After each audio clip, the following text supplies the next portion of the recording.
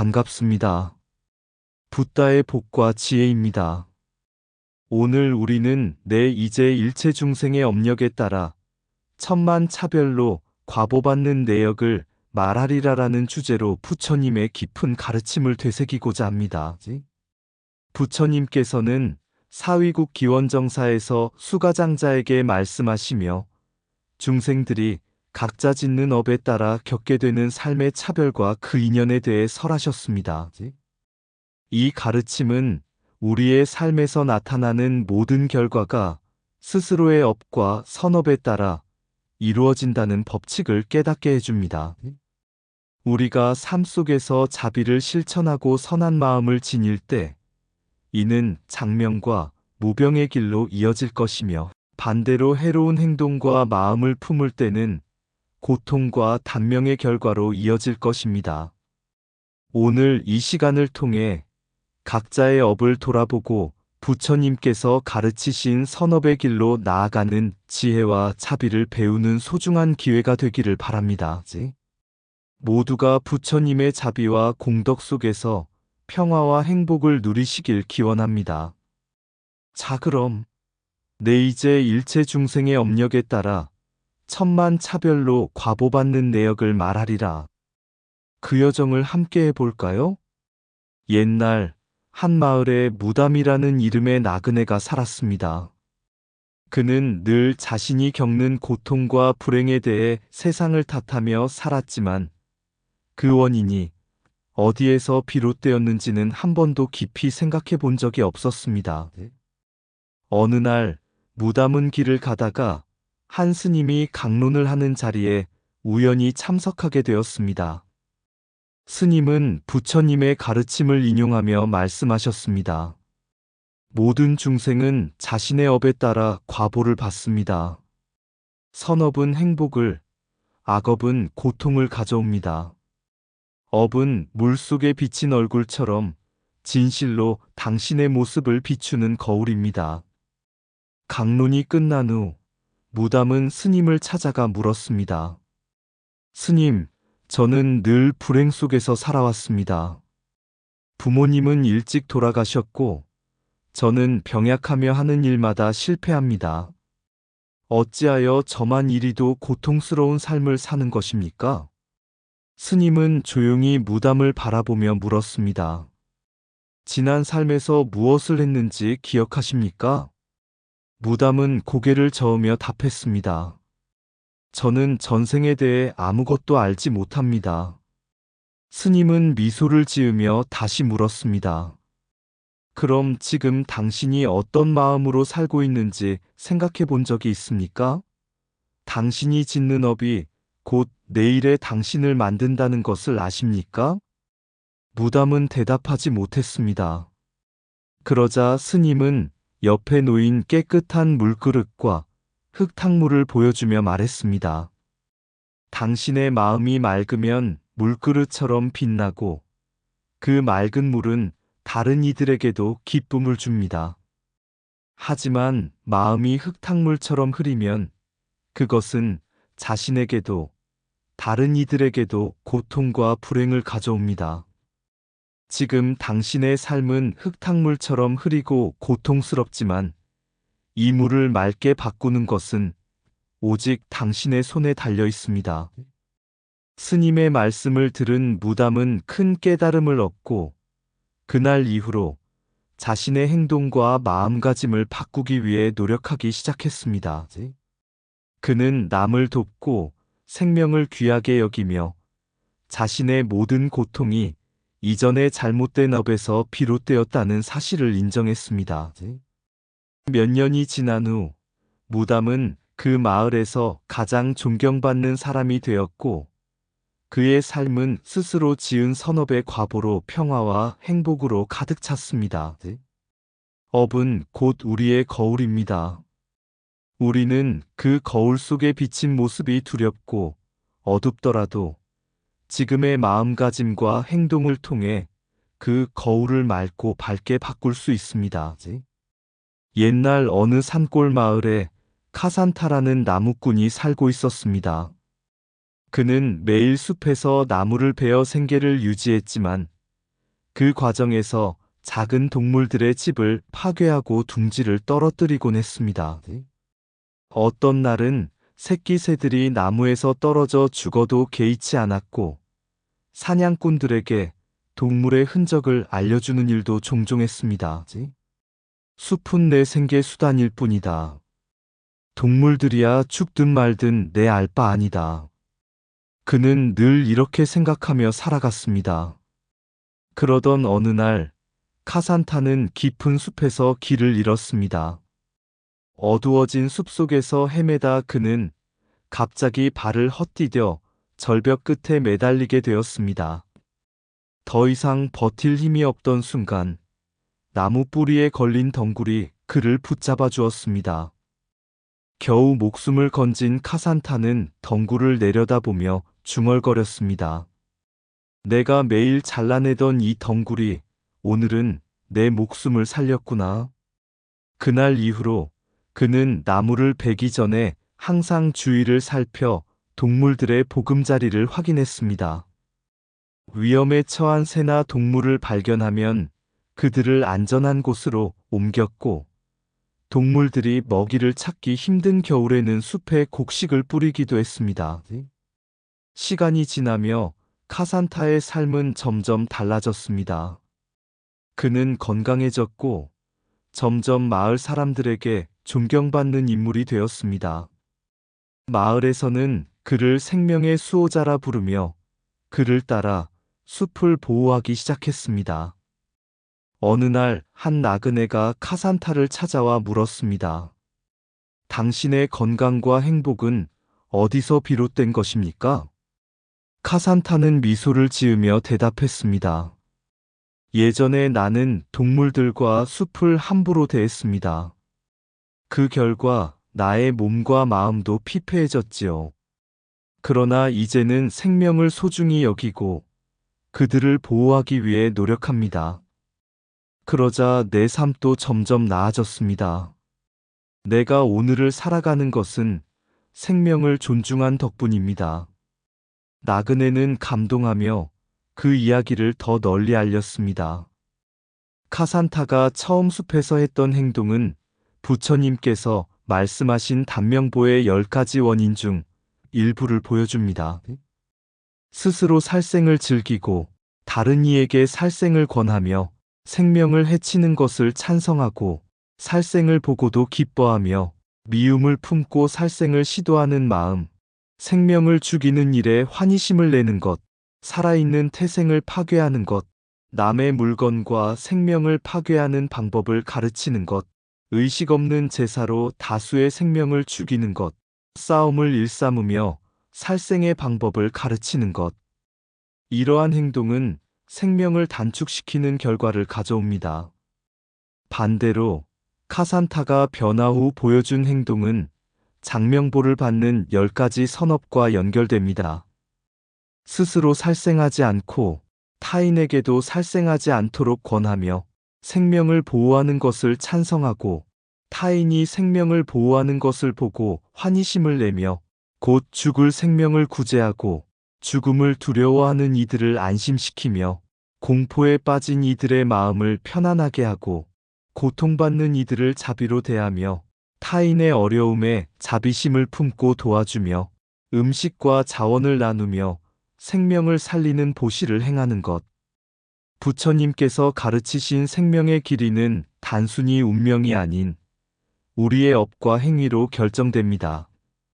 생명을 소중히 여기고 자비로운 마음으로 살아갈 때 우리는 장명보를 얻어 삶의 평화와 행복을 누릴 수 있습니다. 살생은 생명을 단축시키고 자비는 생명을 연장시킨다. 다른 생명을 보호하는 손길은 자신의 생명을 밝히는 등불이다. 단명은 행위에서 비롯되고 장명은 마음에서 시작된다. 타인의 두려움을 덜어주는 이는 자기 자신도 고통에서 해방된다. 생명을 해치는 칼날은 결국 자신에게 돌아온다. 자비로움은 모든 생명을 살리는 생명의 근원이다. 고통받는 존재를 외면하지 않는 순간 삶은 장엄해진다. 스스로 해치지 않고 타인을 해치지 않는 것이 장수의 비결이다. 모든 생명을 소중히 여길 때 삶은 진정한 평화를 얻는다.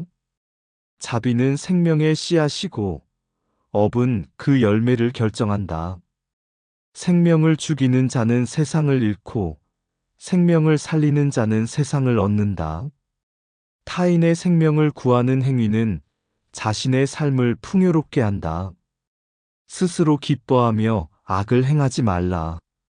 그 고통이 너를 떠나지 않을 것이다. 생명의 기쁨을 알게 되면 그 기쁨은 곧 내 생명이 된다. 자비의 마음은 단명한 운명을 장수로 바꾸는 힘이다. 옛날 한 마을에 사람들에게 존경받는 두 사람이 있었습니다. 첫 번째는 나무를 베어 장작을 팔며 생계를 꾸리던 노파였고, 두 번째는 많은 재산을 가진 부유한 상인이었습니다. 두 사람은 매우 대조적인 삶을 살고 있었습니다. 부유한 상인은 늘 자신의 이익을 최우선으로 생각하며 가난한 사람들을 무시하고 자신이 원하는 것을 얻기 위해 거칠게 행동했습니다. 그는 짐승을 사냥하고 강제로 노동자를 일하게 하며 종종 불필요한 폭력을 행사했습니다. 자신의 재산을 지키기 위해 하인들을 잔혹하게 대하고 병든 자들을 쫓아내는 일도 서슴지 않았습니다. 어느 날 상인은 심한 병에 걸렸습니다. 의사들을 불러 약을 써도 효과가 없었고 그의 고통은 날로 심해졌습니다.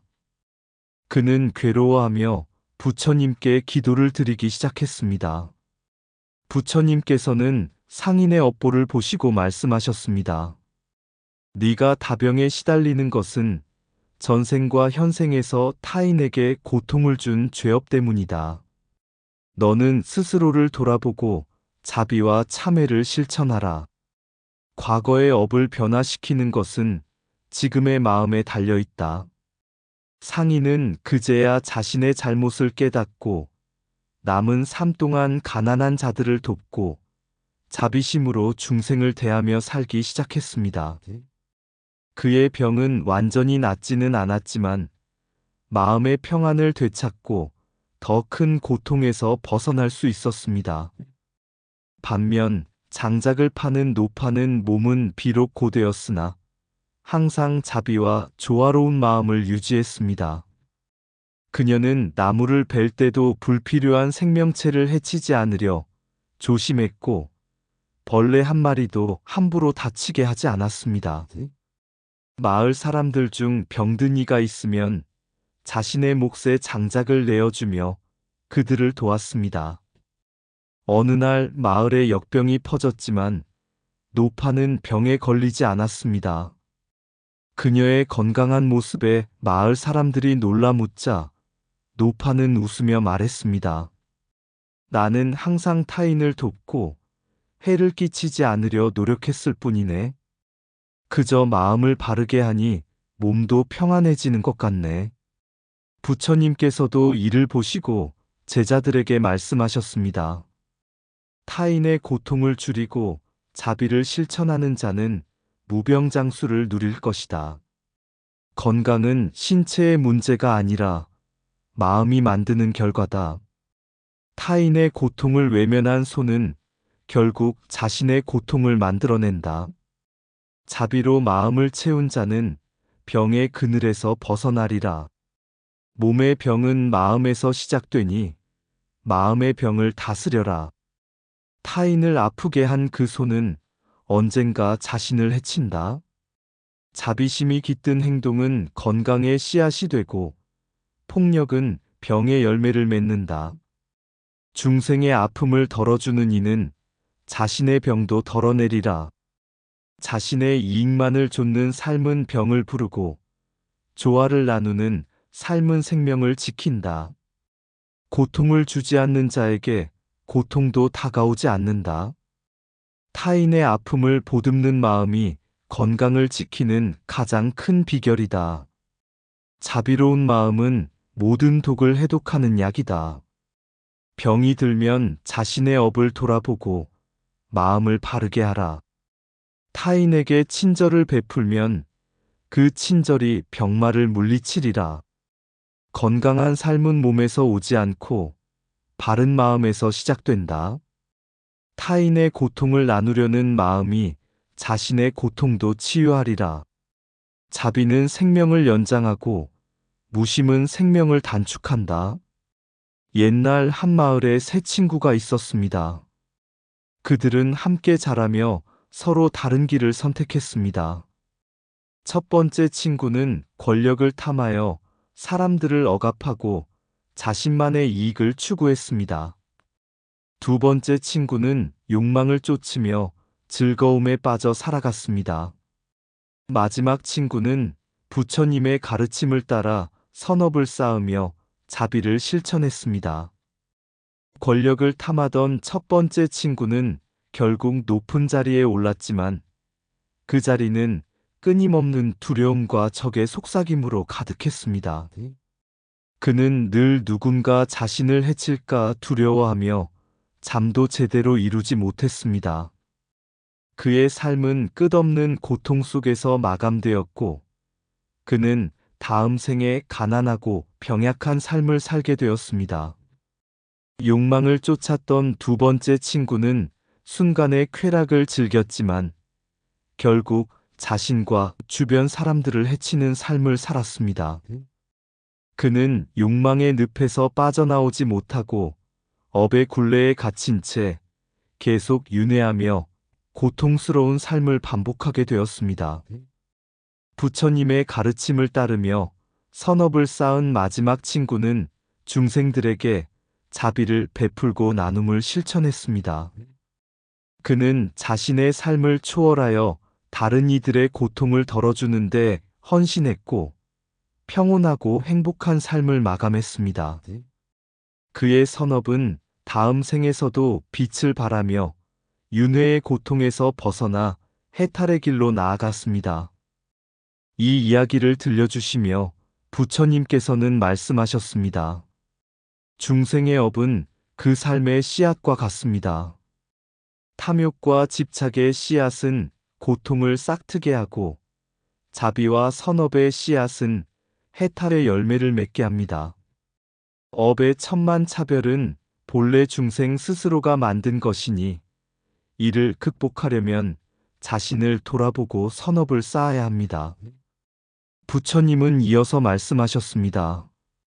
업의 굴레를 끊는 길은 바로 바른 행위와 자비로운 마음입니다. 중생의 차별은 업에서 비롯되었으나 깨달음의 길은 모두에게 열려 있으니 스스로의 업을 뛰어넘어 참된 자유를 찾으라. 업은 중생이 짓고 그 열매는 중생 스스로가 거두나니 지혜와 자비로 그 씨앗을 선택하라.